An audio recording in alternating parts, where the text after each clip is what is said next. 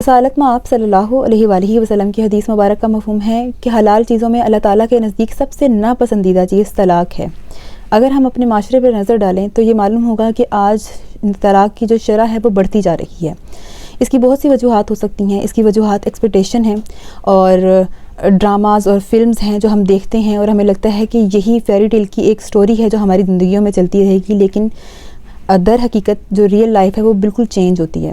چونکہ آپ net use کرتے ہیں، ریلز دیکھتے ہیں جس میں خواتین اور کپل گولز آپ کو دکھاتے ہیں، حالانکہ ایسا نہیں ہے، وہ جسٹ ایک ویڈیوز ہوتی ہیں اور جن سے آپ یہ ایکسپیکٹیشن لگا لیتے ہیں کہ ہماری لائف بھی ایسی ہی ہوگی، لیکن ایسا نہیں ہوتا۔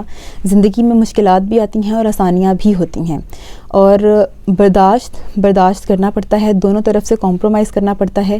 چونکہ ہمارے معاشرے میں یہ بھی آپ نے دیکھا ہوگا کہ جتنے یہ فلم سٹارز ہیں، ڈرامہ سٹارز ہیں، ان کی طلاقیں جو ہیں بڑے آرام سے ہو رہی ہیں اور یہ چیز کو پروموٹ بھی کر رہے ہیں کہ اگر طلاق ہو گئی ہے تو نو ایشو، دوبارہ سے گھر بسا لیں گے۔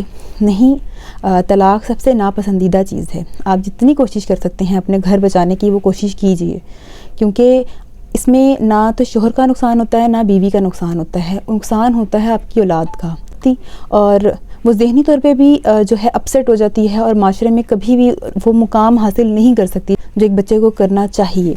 تو اس چیزوں سے پرہیز کیجئے اور فیری ٹیل کی کہانیوں سے نکل آئیں، زندگی کو جو ہے حقیقت کی نظر سے دیکھیے۔